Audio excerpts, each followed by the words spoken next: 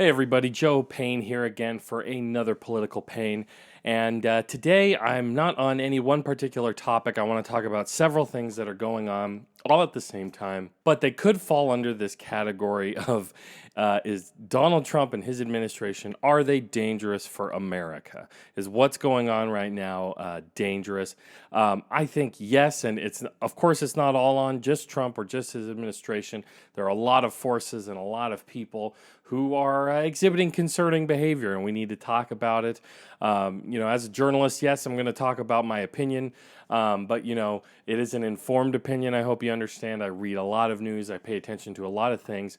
And early on in Trump's presidency, I didn't make a whole lot of friends by pointing out a lot of the concerning things about him and his administration. His administration very early on had instances of corruption, people resigning for corruption. Mike Flynn didn't barely last 2 weeks because he was in cahoots with Turkey and obviously got caught up in the Russia investigation. But so many things happened. The Russia investigation, he's had multiple cabinet secretaries resign in shame for everything, from basic grift and using taxpayer money for things to all the way to Secretary of State Mike Pompeo has been investigated for an illegal Saudi arms sale of U.S. arms to Saudi Arabia, and Trump has responded by firing the inspector general. He actually fired several inspector generals. These are people tasked with investigating the ethics of our government and whether everyone is acting ethically. And so he fired multiple of these, I believe in April, in the middle of the pandemic, while a lot of people's attention was elsewhere. That started happening. His administration, his Justice Department is very politicized under Attorney General Bill Barr, who, if you didn't know, was instrumental in covering up much of Reagan's scandal, the Iran-Contra scandal, and letting people off who'd been involved with that when he was Attorney General under George H.W. Bush. He just recently fired the Southern District of New York U.S. attorney who was investigating Trump and his friends. So that right there is very concerning behavior just about corruption, right? We expect our Justice Department to be nonpartisan. And it is, of course, our Attorney General is always appointed by a partisan president. But justice is supposed to be blind in America, right? We just recently saw Trump pardon or commute the sentence, rather, of Roger Stone, who's a self-described dirty trickster who was involved with, coordinating timing with the release of WikiLeaks, the emails hacked by the Russian government. This all was proven in the Mueller investigation. I may do a bigger video on that. But Mueller even penned an op-ed in the Washington Post defending his investigation and the prosecution of Stone, which is pretty unprecedented for an austere guy like Robert Mueller. But so, that's just corruption under Trump. That's an erosion of justice. That's an erosion of the norms of holding people accountable for the wrongs that they've done. And, so many things that Trump and his administration have done over the course of, these almost 4 years now. I believe a lot of people are just kind of numb to what has happened. Whether just the other day they made this huge point of holding up Goya product beans and different Goya products because they endorsed him and there was, a bit of a boycott movement online. So they're violating election law. They're violating endorsement law. You're not, as the president, as a government official, you're not supposed to hawk a product. You're not supposed to, make political speeches in the middle of, policy press conferences, as Trump has done. He used a Rose Garden speech to attack Joe Biden the other day. And this, I believe, is very much like the frog in the pot of water that you always hear that metaphor of, you throw a frog in boiling water, he'll hop right out. But if you put a frog in cool water and gradually turn the heat up, it'll boil alive because it can't register the change. That was the thing when Trump first started. There were a lot of people, such as myself, who pointed to things he said about the press, things he said about religious minorities in the U.S., like Muslims, things he said, policies that he wanted to enact against the press, against Muslims, against ethnic minorities, Hispanics, immigrants, refugees coming from south of the border. We just kind of have forgotten. So many people have forgotten that that the Trump administration ramped up childhood detention, and made child separation the policy, which it wasn't the way that was not the way it was before. They didn't just remove children from parents, every time a family came across the border under Obama and others. And this really was an effort by then Attorney General Jeff Sessions and Trump to have a very hard, punitive, aggressive, pretty much abusive, and what pediatric doctors call torturous to children and to parents, as a means, as a policy measure, as a way of, in their minds, deterring immigration, was to act in this authoritarian, abusive, disturbing manner. And now this gets us to, we saw a lot of concerning use of law enforcement just after the George Floyd murder and the rioting and the protests that we saw across the U.S. But specifically in D.C., there were unmarked military personnel, executive department, law enforcement, who were deployed in D.C. They didn't have badges, they didn't have insignia, illustrating which actual department they were from. But they were just there. There was lots of troubling, footage of people getting tear gas, people getting beaten. Trump famously cleared out the park just in front of the White House of completely peaceful protesters so he could take his photo op. But now we see what we just started seeing happening in Portland, where there has been some minor vandalism, basically graffiti, of federal buildings. And so the current acting Department of Homeland Security secretary, which, keep in mind, Trump has had so many people resign in shame and corruption and in scandal from their departments, from all the departments of our executive branch of the government, that so many of these people are not sworn in by the Senate. They're acting. They're basically partisan appointees who have not been vetted in any way. So it's hard to argue they have true constitutional authority.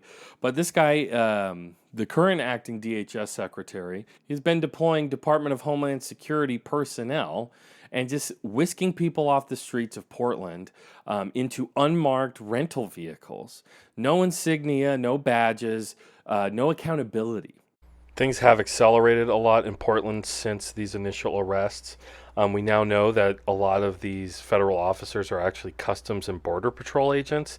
And it's worth noting, folks, that these agencies, left-wing activists and, anti-authoritarian activists pointed out when these agencies began under George W. Bush that, yes, they were started, to protect the border, protect the quote-unquote homeland, but it was just a matter of time before an authoritarian would take these agencies and turn them on the people of the United States. And here we see exactly that happening. And to say this is a violation of the norms of law enforcement in our country that's a huge understatement. So Trump is basically going. He's violating these people's First Amendment rights. His Department of Homeland Security is violating these people's First Amendment rights, going against the will of the Oregon governor, of the Oregon state senators. And so this is authoritarian overreach. This is, exactly what when people talked about how Trump was concerning, a lot of his rhetoric towards protests and protesters were concerning, that this is what we were talking about. The other thing is where this kind of dovetails with the real big, problem here in America, which is the coronavirus pandemic, is the disconnect from reality.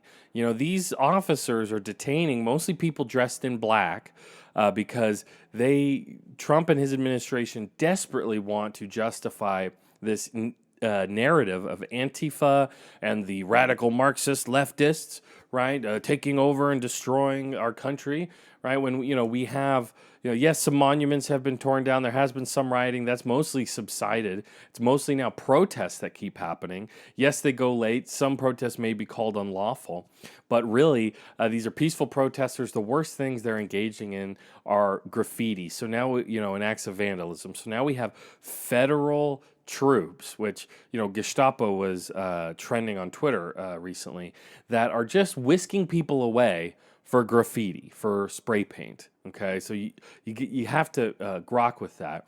So that's a very much a disconnect from the reality of the movement of the Black Lives Matter movement. Trump has very much tried to make this some crazy insurgency and uprising when it's really a people's movement trying to call for police reform. It's not hard. It can be that simple. And Trump and Barr's insistence on this has really affected law enforcement's reaction. There's a fantastic long read on The Intercept that looks at leaked FBI documents that shows that the FBI has known for some time that far-right extremists were the real risk in this, since the rioting began. There was the murders in Santa Cruz of police officers and in Oakland connected to the same extremist who's actually military. The FBI was more likely to chalk this up to lone actors unaffiliated with groups, even though they have been tied to Boogaloo and white supremacist groups. But they're more likely to, be fearful of anarchists and Antifa. And, this is what we're dealing with here. But when you match this up with the total disconnect, and I mean this, it is a disconnect from the reality of the coronavirus pandemic, where, every step of the way, Trump has tried to downplay how serious it was. February, nothing was done. The CDC had been informing Trump, throughout January and February that we have a pandemic. We have to act. We have to do all these measures. They had all these things they were ready to enact and do. And he said, no, it's not going to be a problem. Didn't listen. He'd already looked at my previous video. He'd already done all these things to gut the CDC and the Health and Human Services. But then after the fact, just a wholesale denial that this was even a thing, that anything was happening. He only started acting and doing anything after the stock market took a crash. And throughout the way, he hawked, miracle cures, hydroxychloroquine. There are all these different things that, he claimed to downplay things. It's not as bad. Only old people are dying. Only, trying to downplay the death rate, making face masks part of this Republican culture war. The most basic non-pharmaceutical intervention that you or I or anyone could take to prevent the spread of this virus, just completely, making it a matter of, the Democrats want to oppress you. And then, should we be surprised now that Florida, Arizona, Texas, all across the South, we're seeing the skyrocketing of cases, Florida setting a record, we just set a national record, and then another one for daily increase of cases. Here in California, we've had to shut down again, even though we shut down early. I believe Governor Newsom actually kind of buckled to the political pressure to reopen the economy, and we see what's happened. We see that indoor dining isn't safe, indoor services aren't safe, and the cases are rising again. And now, in an effort to fully deny that this is all a problem, Trump wants to reopen schools. He claims that any effort to keep school closed, keep teachers safe, keep kids from spreading the virus to their families, it is less likely that kids can suffer, very heavily from the coronavirus, but they can still carry it. And there are kids that do suffer from the coronavirus, that do have health issues that make them vulnerable.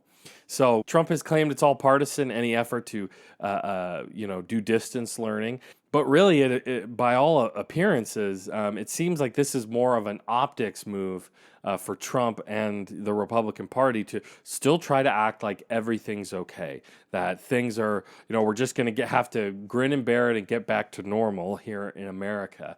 When, we're nowhere close to normal right now. We're in a crisis. This is an unprecedented crisis. And Trump isn't entirely to blame, of course. You definitely have lots of people in the United States, Trump supporters or not, who just think that any inconvenience to them is, oppression or some kind of that this isn't a big deal. Why can't we just go back to work? And they don't understand the seriousness of coronavirus, of the pandemic. There was a man in Texas who had gone to a COVID party, which is literally parties that these people who didn't believe that it happened, that the virus was real, they go to parties to really see if it was real. And this guy's last words were something like, I was wrong, I was duped, or something like that. I should have taken this seriously. I thought it was a hoax. I know somebody personally who lives in Texas, and they kind of repeated stuff like, it just seemed like the media was overreacting, and the media was trying to scare everybody. And 5 of his friends are dead. This he's older. He's an older, he's in his 50s or 60s. 5 of his friends are dead now from coronavirus. So, did we really have to learn it this way? Do we have to? That's just one anecdote of somebody who, it's just very easy. And as a journalist, I understand the distrust of journalism and the distrust of especially mainstream corporate journalism because it is compromised by the profit motive, by corporate interest, by moneyed interests. I understand that. But you got to realize that journalists, whether it was health reporters, basic reporters, TV, print, we were all listening to experts who were telling us what was going on, and we were trying to warn. The public, trying to warn government officials, and here locally, we've seen our farm workers. Santa Maria Valley is a very agricultural area, and we have seen our farm worker population suffer the brunt of this. Like 20% of the cases in this valley are farm workers, and only now. I mean, where are we? We're in July. This has been going on for months now. The trends in April showed that people of color and people in service and essential services were most susceptible. They were getting infected more than others. And our local government, our county supervisors, our city council are just now going, well, should we do something about this? They're pointing the finger at each other. And it's kind of hard to deny that this is why we have a federal government. The right in America has been very anti-federal government for a long time. It's a long-standing tradition. They claim it's tyrannical. They don't want this strong central government telling you what to do, keep the government out of your life kind of attitude. But here's an example of when we need leadership, we need resources.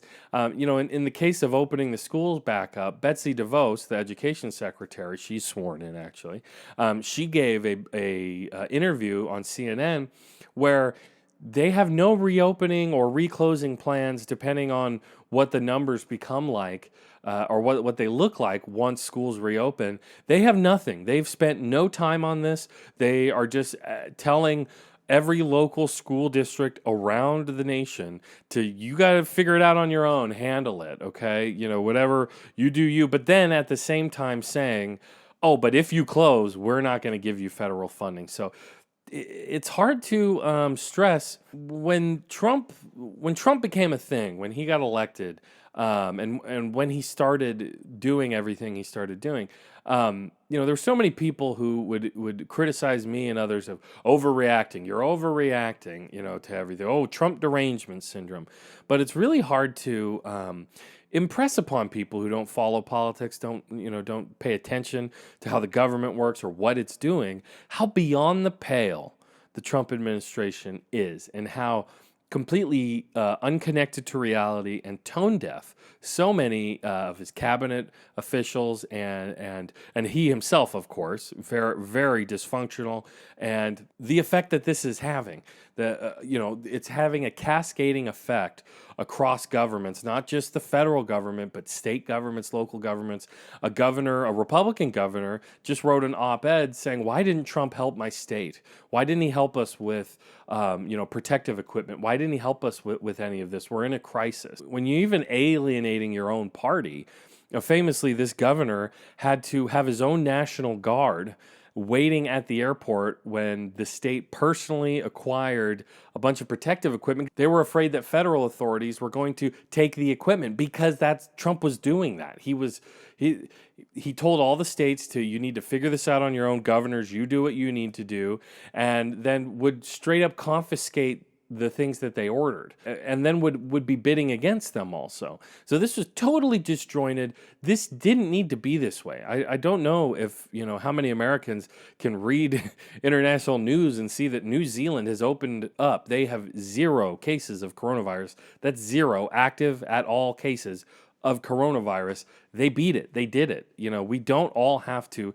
exist in this hellscape that America has become. Still today, Trump could, show leadership and say, you know what, we've totally bungled this. We're going to pay everybody to stay home. We're going to extend unemployment. We're going to, you know what, Mitch McConnell, shut up and listen to me. We need to do what's right. But no, they are completely disconnected from reality. They're talking about Marxists, taking over the country because some statues have been knocked down. They're hawking Goya beans from the Oval Office. This is bad. This is bad. And I do think Trump has mainstreamed a lot of things that have always been a part of American society, American culture. But he's mainstreamed them in such a way. It could be just the corruption, right? I open up by talking about the corruption. It's money. He has lined his pockets. His children his Jared Kushner, they have lined their pockets and made themselves rich every step of the way they could. All of his friends, all of the all we got as Americans was $1,200 if you were lucky, and corporate America got $1 trillion bailout. And that included the Catholic Church, right? This included the Catholic Church that got more than $1 billion. And the church has been struggling not because of no attendance, but because they have been fighting litigation for, basically running a pedophile ring. And I know that starts to sound like conspiracy theory stuff, especially because QAnon, and I've talked about that before, is obsessed with pedophile rings and all this other stuff. They completely forget that Donald Trump hung out with Jeffrey Epstein and partied with him, and Epstein went to Mar-a-Lago, and Trump is accused in court of raping a 13-year-old girl. They all forget that stuff. But here we are. Trump, he's able to dodge all of these allegations throughout his career because of his wealth. Now, as the executive, he's dodged all legal, all political and legal processes to hold him accountable. Didn't get impeached because the Republicans basically just blocked the whole thing. Didn't call any witnesses, none of that. To the Senate during the impeachment hearings for the Ukraine scandal. So he's mainstreamed corruption, he's mainstreamed grift, he's mainstreamed, just completely visceral, hateful rhetoric, right? He retweeted someone, said the only good Democrat's a dead Democrat. You meet conservatives, you interact with them online, and they are just absolutely vitriolic, and they're full of bile towards anybody who just doesn't agree with them. He's mainstreamed racism, obviously. We've seen so many terrible things happen, during these mass protests about George Floyd. We've seen white supremacists show up with guns. We've seen them drive cars into people. One organizer had a cross burned on his front lawn. Trump has mainstreamed racism. He brought it back again. The people wondered what the coded language of "Make America Great Again" meant. What kind of nostalgic past was Trump opining for? And here we can see where people who felt marginalized because they had racist views and felt it wasn't safe to voice them, now feel totally fine doing that in the most crazy ways. But the last thing I want to say that I think Trump has mainstreamed, and this might have turned out to be the most harmful, is frankly stupidity and ignorance and prideful, willful ignorance. I'm not saying everyone who agrees with Trump or anything like that is stupid. I wouldn't blanket everybody like that. But when you hear the arguments made by Trump and then repeated by so many of his supporters, and I've met them in person, and they're saying, well, we only have so many cases because we're doing so much testing. That's a dumb argument. Okay, I can't be nice about that, right? This is, there are so many examples of really bad, unintelligent, unthoughtful arguments being made. Trump obviously ran on that. He ran on this, I'm not politically correct, listen to me, we're going to build a wall, Mexico's going to pay for it. You don't need to watch many videos of interviews of people in front of Trump rallies to understand that they believed him. They thought that he could get Mexico to pay for it somehow, not understanding anything about how the system works or any of that. And so what are the repercussions of this? Well, here we are, right? Here we are. We have 140,000 Americans dead, millions out of work, millions without health insurance in the midst of a pandemic, right? And we barely have the political will to do anything about this. And even the Democratic Party is a bit of a joke on this. Nancy Pelosi just said she opines for older Republican presidents that honestly help pave the road for Donald Trump, help deregulate, lower the tax burden on the wealthy, all the problems, privatize so many services, remove services that our government used to provide for us, that now now they don't even hope for that. It's very odd. It's very disjointed, and now's the time that so many very well publicized liberals want to sign a letter claiming cancel culture is is the big problem right now. I have my issues with cancel culture, but I also understand that it's not anything new. People have always been working and organizing and trying to boycott things they don't like and influence the discourse. That's just how it works. That's America. That's the discourse that, grow up is basically what I say, and understand that you're going to be held accountable for your positions and the things that you say. And guess what? With social media now, everybody has a say, and they don't like that. People don't like that, but it's just very troubling to me that people are calling cancel culture totalitarian, and yet we're seeing unmarked, we're seeing protesters thrown into unmarked vehicles by dudes in fatigues, with military weaponry. I just you can't. The dichotomy is really frustrating. I just had a friend who told me the other day, "Hey man, when we get together, you really go for a rant, and you don't really do that when for your videos." And so this one video, I'm not trying to super inform you, but I'm just trying to gain some perspective for myself, hopefully for you, about what's going on. I don't think Joe Biden is the strongest candidate. I was a Bernie guy, but I think the polling is showing that most Americans are looking at what's going on, and they see what an abject failure and total mess that Trump has been, and his supporters, and what it's done to our country. And I think Trump is aware of this, and this is why he's attacking the electoral process itself. He's attacking vote by mail as corrupt and susceptible to voter fraud, even though it's proven one of the most secure voting methods. His campaign has millions of dollars ready to go to file lawsuits in swing states to try to gum up the very process of our democracy. This is all very dangerous. The voters have the right to decide, and he's trying to stop that. And, this is attacking the very foundation of America, let alone the coronavirus and what it's done to our country's reputation internationally. We are now banned from traveling to other countries because it's a liability for other countries to have Americans come, because we could be infected with a pandemic that a good amount of the world has managed to get under control. So, I wish I had better news. It's unfortunate. It's frustrating, but that's just where we are here in 2020. Ruth Bader Ginsburg, hang in there, baby. Please, I hope you're okay. Please don't die on us, Ruth. I don't know how bad 2020 is going to get from here on out. Here we are in mid-July. It's bad enough already, but I hope you guys are doing okay. I hope you're staying safe. Remember, coronavirus hasn't gone away. Wear your mask, wash your hands, limit indoor contact with others, do the best you can do, and hopefully we'll get through this together. So thanks again for watching, everybody. This has been Joe Payne, Political Pain. Check my website. I'm doing original reporting there on my community. I'm doing interviews. I just interviewed a business owner who owns a restaurant. I'm going to try to get some more interviews going too. Keep you informed, keep you safe, because that's the best way we can all stay safe these days, especially, is by being informed. So thanks for watching.